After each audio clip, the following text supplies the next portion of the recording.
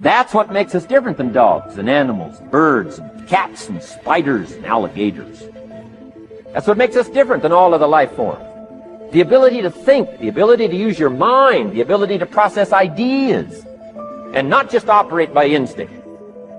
You can order the entire process of your own life.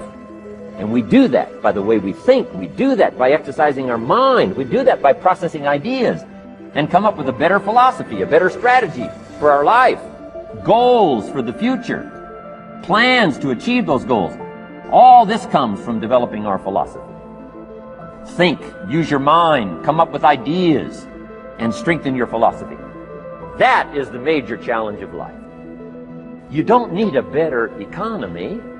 You don't need better seed and soil. In fact, when it comes to seed and soil and rain and sunshine and seasons and the miracle of life, that's all you got. Now, what if you blame this stuff? Then you're blaming all you got.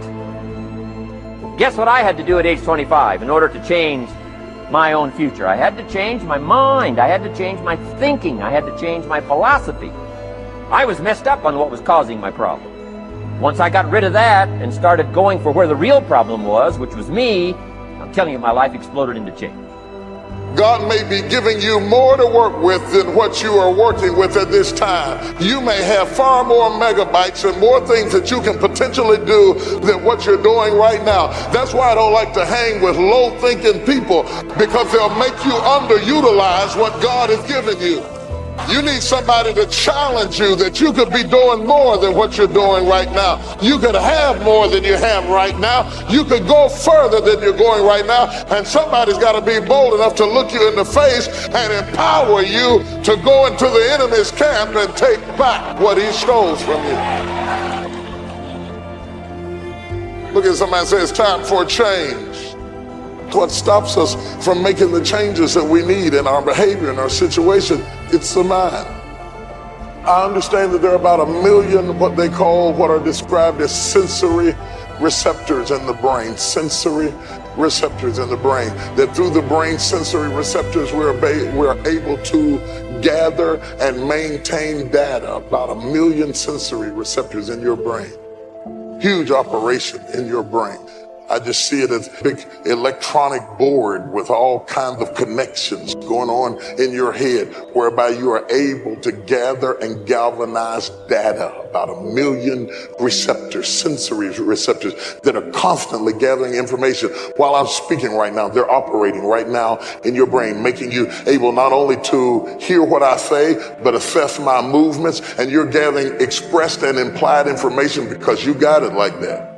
You can do 2 or 3 things at the same time, 4, 5, 6 things at the same time, and gather all of that information all at the same time, because your mind is awesome. You're bright. You're brilliant. You are fearfully and marvelously made. You're an awesome computer full of all kinds of information all the time, spouting out data, thinking and speaking all at the same time. I'm thinking about one thing and speaking something else all at the same time, because we got it like that.